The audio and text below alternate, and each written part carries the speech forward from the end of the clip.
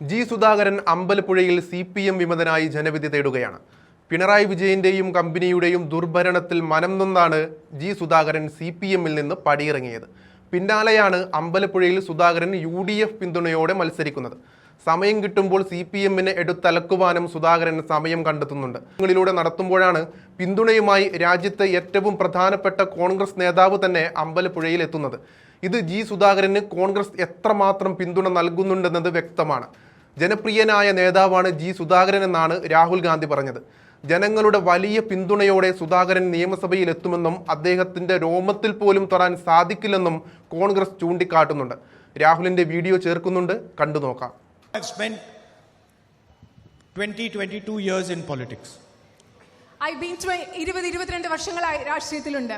So I also have some experience, some understanding. അതുകൊണ്ട് എനിക്കും ചില അനുഭവങ്ങളുണ്ട്, ചില മനസ്സിലാക്കലുകളുണ്ട്. And I've noticed something that maybe you have also noticed. ഞാൻ ചില കാര്യങ്ങൾ ശ്രദ്ധിച്ചിട്ടുണ്ട്. ഒരുപക്ഷേ ഞാൻ ശ്രദ്ധിച്ചിട്ടുള്ള കാര്യങ്ങൾ നിങ്ങളും ശ്രദ്ധിച്ചിട്ടുണ്ടാവും. You know, when a person is powerful for 5 years, 10 years, like your chief minister is, or like Mr. Narendra Modi is, confusion starts to arise in their mind. ഉദാഹരണത്തിന് ഒരാൾ അധികാരത്തിൽ അധികം കാലം ഇരിക്കുമ്പോൾ, നിങ്ങളുടെ പ്രധാനമന്ത്രി ഇവിടെ ഉള്ളതുപോലെ അതുപോലെ മുഖ്യമന്ത്രി ഉള്ളതുപോലെ 10-15 വർഷങ്ങൾ അധികാരത്തിൽ ഇരിക്കുമ്പോൾ അവരുടെ മനസ്സിൽ ഒരു ആശയക്കുഴപ്പം ഉണ്ടായി തുടങ്ങും. Very deep confusion arises. അവരുടെ മനസ്സിൽ വളരെ ആഴത്തിലുള്ള ആശയക്കുഴപ്പം ഉണ്ടായി തുടങ്ങും. And this can arise in small leaders also. അത് ചെറിയ ചെറിയ നേതാക്കളിലും അത് ഉണ്ടാവാറുണ്ട്. It doesn't matter how senior or junior. It can be a panchayat president, it can be an MLA, it can be chief minister, it can be prime minister. It can arise anywhere. അത് ആ നേതാവ് എത്ര വലിയ നേതാവാണ്, താഴെയുള്ള ആളാണ്, ഒരു panchayat president ആവാം, MLA ആവാം, പ്രധാനമന്ത്രി ആവാം, അവരുടെ മനസ്സിലെല്ലാം ഈ ആശയക്കുഴപ്പം ഉണ്ടായി തുടങ്ങും. See, in a democracy, when you come to power, it is very clear to you that you have come to power because of the people. ഒരു ജനാധിപത്യത്തിൽ നിങ്ങൾ അധികാരത്തിൽ വരുമ്പോൾ അത് വളരെ വ്യക്തമാകണം. നിങ്ങൾ അധികാരത്തിൽ വരുന്നത് ജനങ്ങൾ മൂലമാണ്, നിങ്ങൾ അധികാരത്തിൽ വരുന്നതെന്ന് വ്യക്തമാണ്.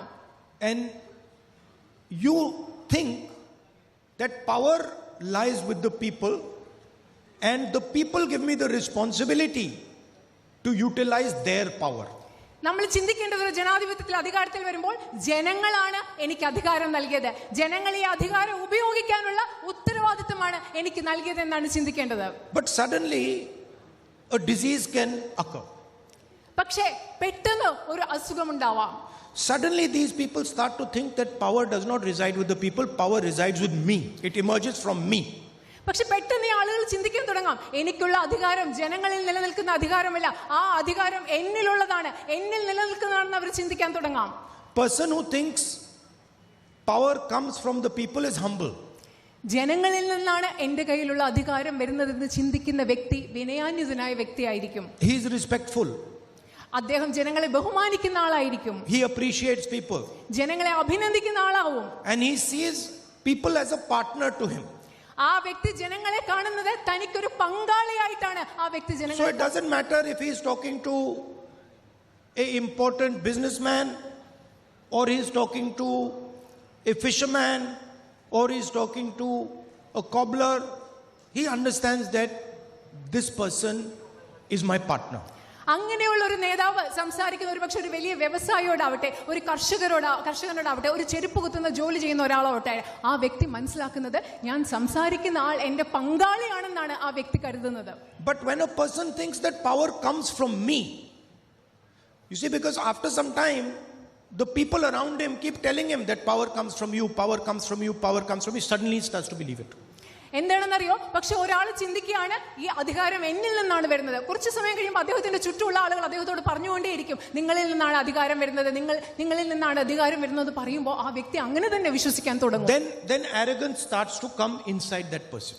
അതുകൊണ്ട് ആ ചിന്ത, അതുപോലെ ധാർഷ്യം ആ വ്യക്തിയുടെ ഉള്ളിൽ വരാൻ തുടങ്ങും. And automatically the relationship between people and that person breaks. അപ്പൊ എന്താ സംഭവിക്കുന്നറിയോ, സ്വാഭാവികമായി അങ്ങനെ ചിന്തിക്കുന്ന ആ വ്യക്തിയും ജനങ്ങളും തമ്മിലുള്ള ബന്ധം അവിടെ ഇല്ലാതാകാൻ തുടങ്ങും. The leader thinks that power comes from him and people are nothing to do with anything. ആ നേതാവ് എന്താണ് വിചാരിക്കുന്നത്, അധികാരം എന്നിൽ നിന്നാണ് വരുന്നത്, അതിൽ ജനങ്ങൾക്കുമായി ഒരു ബന്ധവുമില്ല എന്ന് ആ വ്യക്തി ചിന്തിക്കാൻ തുടങ്ങും. And people think this man is arrogant, this man has no connection with us, this man does not listen to us. അപ്പൊ ആളുകൾ എന്താ ചിന്തിക്കാൻ തുടങ്ങുന്നത്? ഈ മനുഷ്യൻ ധാർഷ്ട്യമുള്ള ആളാണ്, ഈ മനുഷ്യന് ഞങ്ങളുമായിട്ട് ഒരു ബന്ധവുമില്ല, ഞങ്ങൾ പറയുന്ന ഒരു കാര്യവും ഈ മനുഷ്യൻ കേൾക്കുന്നില്ല. And that is what has happened to the chief minister and the prime minister. ഇന്ത്യയിൽ നിങ്ങളുടെ മുഖ്യമന്ത്രിക്കും അതുപോലെ ഈ രാജ്യത്തിന്റെ പ്രധാനമന്ത്രിക്കും ഇതാണ് ഇവിടെ സംഭവിച്ചുകൊണ്ടിരിക്കുന്നത്. That is why, for example, when 5-6 women MPs are standing in parliament, the prime minister suddenly thinks that they are trying to attack him. അതുകൊണ്ടാണ് നിങ്ങൾ ആലോചിച്ച് നോക്കൂ, 5-6 വനിതാ MP-മാർ പാർലമെന്റിൽ നിൽക്കുമ്പോൾ പ്രധാനമന്ത്രി പെട്ടെന്ന് വിചാരിക്കുകയാണ് അവർ അദ്ദേഹത്തെ ആക്രമിക്കാൻ പോവാണെന്ന് അദ്ദേഹം വിചാരിച്ചത്. അതുകൊണ്ടാണ്. Or when 3 or 4 people show black flags to the chief minister, he has them physically beaten almost to death.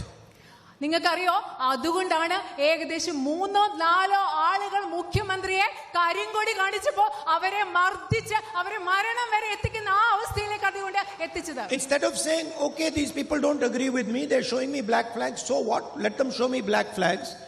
He imagines that they are trying to attack him, to kill him, and so he attacks them.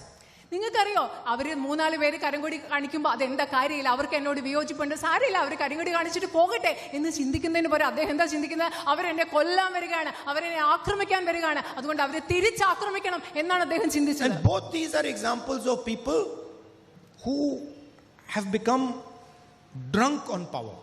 നിങ്ങൾക്കറിയോ, ഇത് രണ്ടും കാണിക്കുന്നത് ആരെക്കുറിച്ചാണ്? അധികാരം കൊണ്ട് മത്തുപിടിച്ച 2 ആളുകളെയാണ് ഇത് നമ്മൾക്ക് കാണിച്ചു And തരുന്നത്. they've already broken the relationship between them and the people.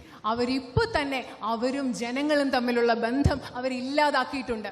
The election is just the formality where they're going to find out that their relationship is actually broken with the people. ശരിക്കും election എന്ന് പറയുന്നത്